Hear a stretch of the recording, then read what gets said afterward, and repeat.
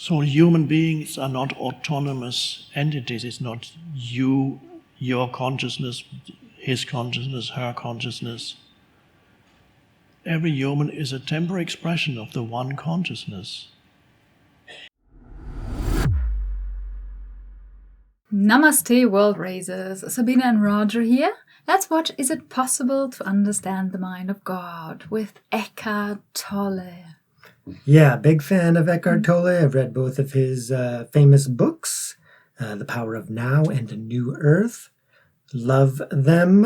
And this is the first time, however, we're watching his teachings on our channel. So let's get right into it. Whoa!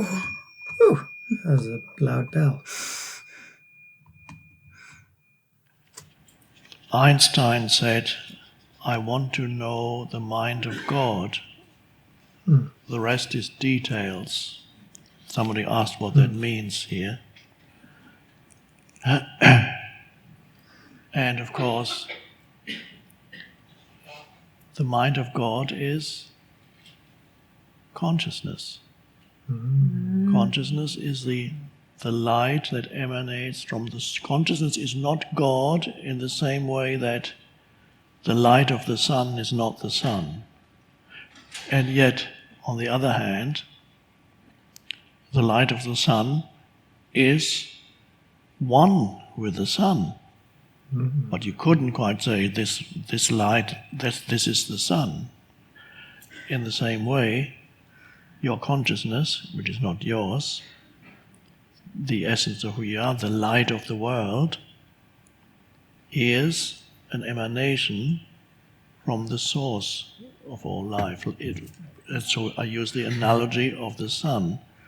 And there's a good reason why in many ancient civilizations the sun was regarded as God, because it's a continuous outpouring of life energy.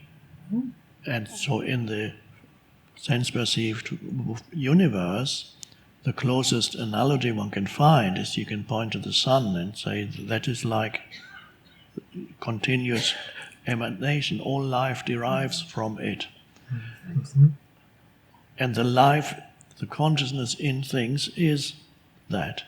So, God realization is the realization of I am that I am, your I am identity. And that's God speaking, but it would also be you speaking.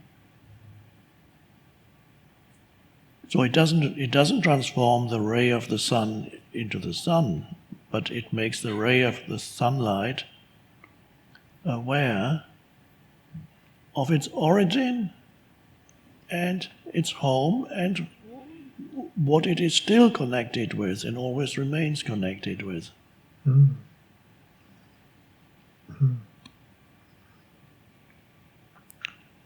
At some point we need to transcend the naive beliefs in what God is as a controlling figure that created the world a long time ago, and then he walked away and lost interest, or maybe he's still interested, but somehow things are not going well. Yeah, totally.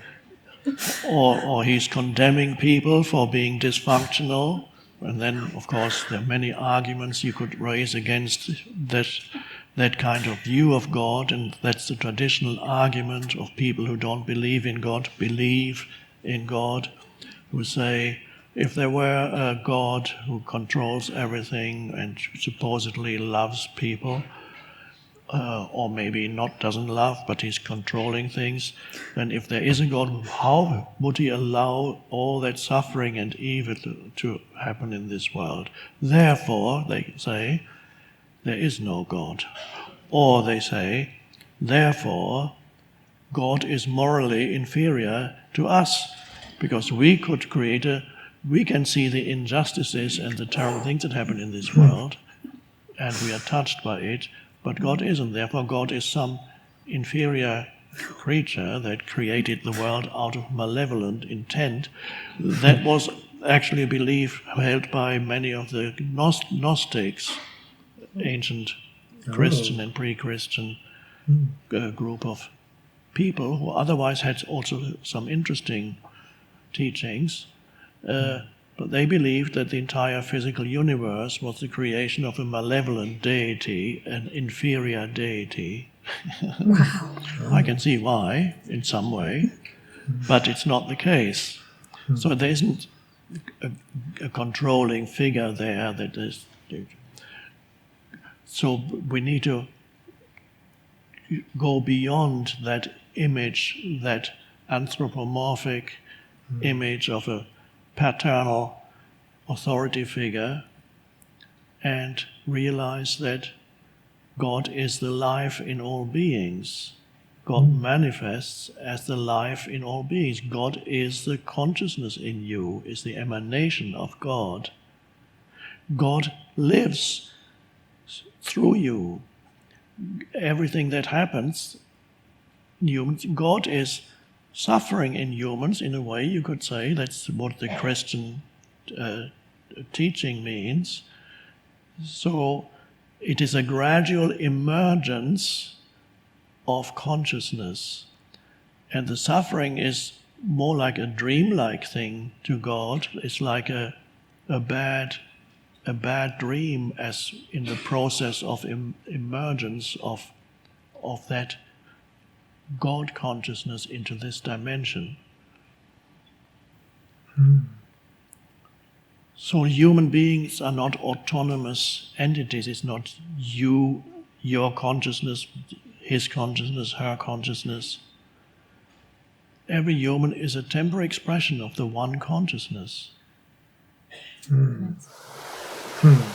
Yes.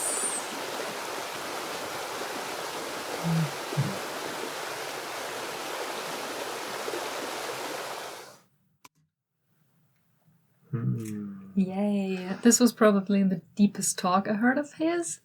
Usually I listen to talks on anxiety, or used to listen to talks on anxiety and things, and I never heard him speak about God. And wow.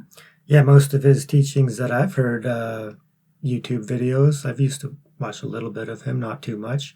Mostly just his books. It's more of a, practical spirituality of dealing with, the emotions and the negativities, the pain body, and the practice of just awareness, mindfulness, attention, concentration, and those sorts of teachings. So yeah, I haven't really heard him touch on this, not in a video anyways, about God, but yeah, very, very much from this sense of, God is consciousness, and that's one of my main understandings as well, especially coming from the teachings of Dr. David R. Hawkins, was very much talking about God from the point of view of an infinite field of consciousness, and we're all part of that field, we're manifestations within it. So God is the life within all living things, and the very foundation of life is consciousness, right? If it wasn't for the consciousness of the cells, of the body,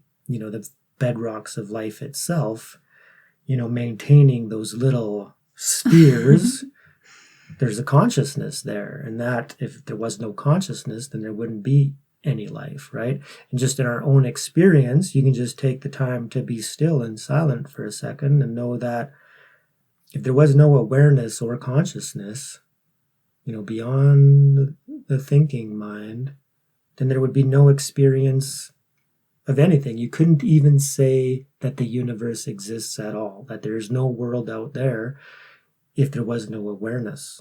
If there's no awareness, then you can't say that anything exists. So consciousness is the foundation of our very being, life itself. So, very to the point. And I love his description about the sun because I've used that actually, a few times to try to explain, consciousness and awareness to people, to me. In the sense that, okay, so you picture, the sun, and every single ray of the sun, you can picture kind of like a string, and then the very end of that ray, is like a little window there, right? So the sun is looking through all of these windows, right? And that's consciousness, infinite field of consciousness, and each one of our eyes, our sense perceptions, is like the window, but it's coming from the one source. So it's the eye of all eyes, right? One of the Upanishads that says it's not that the eyes can see, it's that by which the eyes can see. It's not that the mind can think, it's that by which the mind can think, which is beyond, right? It's beyond our outgoing senses. To realize that, you got to turn your attention around to the source of the awareness, right? And then that's God realization, self-realization, same thing, right? So, and then whatever religious tradition is pointing to even salvation, those beings like Jesus, no doubt he experienced God and the oneness of God, and in other traditions as well. Buddha did as well, and he didn't call it God, he just called it being awake, right? The pure awareness and the pure wisdom that comes from direct realization. So is it possible to understand the mind of God? So not really intellectually, it's going to take some work. I'm still, working on that to fully grasp it. But of course, my main intention is to always go beyond the intellect, because true understanding, is beyond words. It's beyond conception. It's a direct experience. And it is possible, because ultimately that's the end game. That's the destiny of the soul, to be reunited with our source in union and yoga. So thank you so much for joining us. If you like this video as much as we did, please hit that like button. Remember to subscribe. It really, really helps the channel. Let us know what you think about Eckhart's teachings down in the comments. And remember, raise yourself and raise the world. Thank you so much, everyone. And a very special thank you to all our members. We love you. Peace.